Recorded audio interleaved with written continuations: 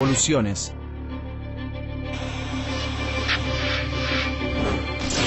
Revolución rusa. 1860. Situación inicial.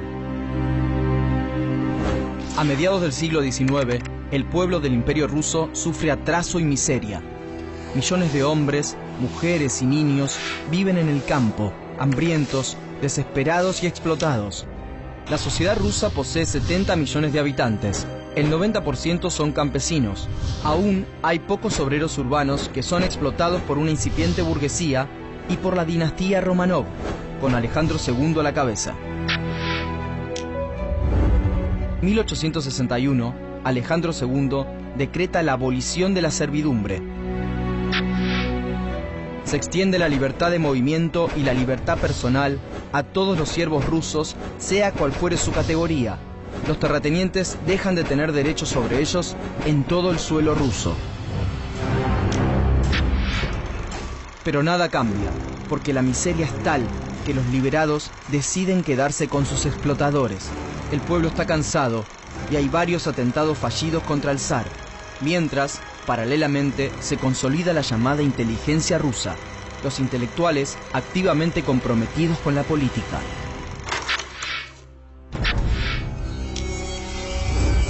(1881) Petrogrado, capital del imperio. En 1881 asesinan a Alejandro II. En venganza, al asumir Alejandro III, promueve una agresiva policía para reprimir a los revolucionarios. Al mismo tiempo, la industrialización aumenta la clase obrera urbana y con ella aumentan los trabajadores explotados. Pero en 1894 muere Alejandro III enfermo de un riñón y asume Nicolás II, su primogénito. Nicolás II carece de experiencia y capacidad para gobernar un imperio tan vasto. Será el último zar.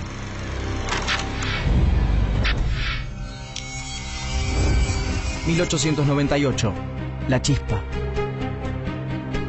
En 1898 se funda en Minsk el Partido Obrero Socialdemócrata Ruso, de ideología marxista. Karl Marx, intelectual y militante comunista alemán. Friedrich Engels, filósofo y político alemán. Primera edición del Manifiesto del Partido Comunista. Londres, 1848, de Karl Marx y Friedrich Engels.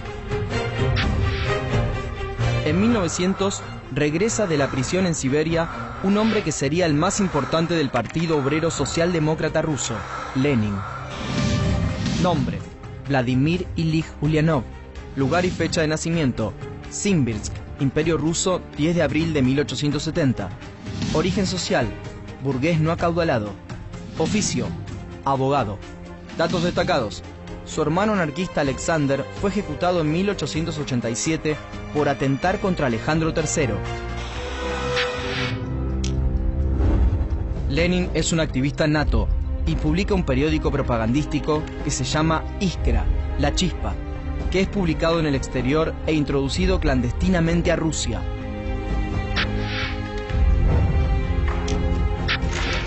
Da conferencias, mantiene ardorosas reuniones y discusiones con obreros e intelectuales y dedica un importante tiempo a la escritura de folletos, artículos y libros. Pero ya para 1900 está funcionando también el Partido Social Revolucionario.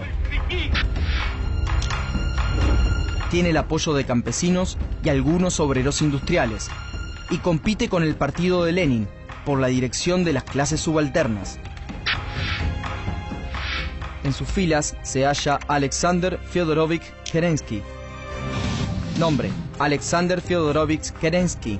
Lugar y fecha de nacimiento: Simbirsk, Imperio Ruso, 20 de abril de 1881. Origen social: clase trabajadora. Oficio: abogado. Datos destacados: participa de la resistencia a la invasión de Hitler de 1941. En 1902, Lenin publica el célebre folleto ¿Qué hacer?, donde expresa cómo llegar a la revolución. Para Lenin, no hay movimiento revolucionario sin teoría revolucionaria y no hay teoría sin el movimiento de masas. La agitación política está en plena ebullición y a partir de 1903 el partido de Lenin se divide. Los mencheviques sostienen que previo al socialismo es necesaria una transición democrática burguesa que industrialice el país. Los bolcheviques creen en la toma del poder luchando contra el zarismo y contra la burguesía liberal. Para los bolcheviques no es necesaria ninguna transición. 1905. La primera revolución. El 22 de enero, en Petrogrado, cientos de miles de personas marchan para entregar al zar una petición de mejoras laborales. Es una marcha obrera y campesina que no responde a consignas políticas, pero son salvajemente reprimidos por las tropas del zar, en una jornada que pasa a ser conocida como Domingo Sangriento. En respuesta, se producen huelgas masivas en Petrogrado. Y en el campo, los trabajadores saquean, cazan, talan bosques y ocupan tierras. Y en junio, la tripulación del acorazado Potenkin, anclado en el puerto de Odessa, se subleva contra sus oficiales. Las insurrecciones son firmemente reprimidas y llega un tiempo de paz. 1905 conduce a Rusia a un cambio político sin antecedentes y Nicolás II crea una asamblea consultiva, la Duma Estatal. La Duma resulta en un organismo elegido por la burguesía y con sus facultades cercenadas por el mismo zar. Pero al mismo tiempo, 1905 provoca el surgimiento del primer soviet. Soviet, consejo o junta, forma de organización y combate de la clase obrera y los revolucionarios rusos. Es el germen del futuro comunismo. El 12 de mayo de 1905 estalla en Ivanovo-Voznesensk una huelga de obreros textiles. Al día siguiente se organiza una asamblea de huelguistas a la cual asisten 30.000 obreros. Los obreros eligen un consejo o soviet de 110 delegados para negociar con los patronos y las autoridades. Son tal vez los primeros verdaderos representantes del pueblo. Los soviets se propagan a las ciudades y el campo.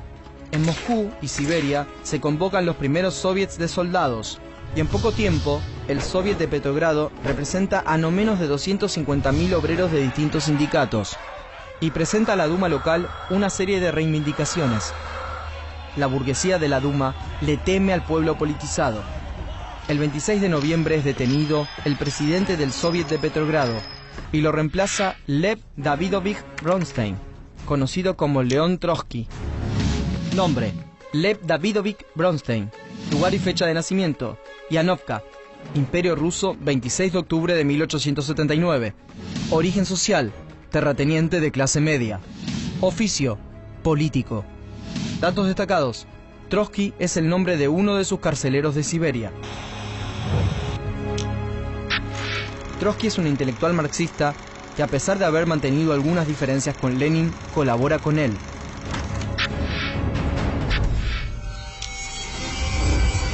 ...1914... La Gran Guerra. En 1914 estalla la Primera Guerra Mundial y el Imperio Ruso está comprometido. Nicolás II moviliza 14 millones de rusos y debilita la estructura productiva del país. Hay demasiadas bajas del ejército y se intensifica el hambre por la economía de guerra.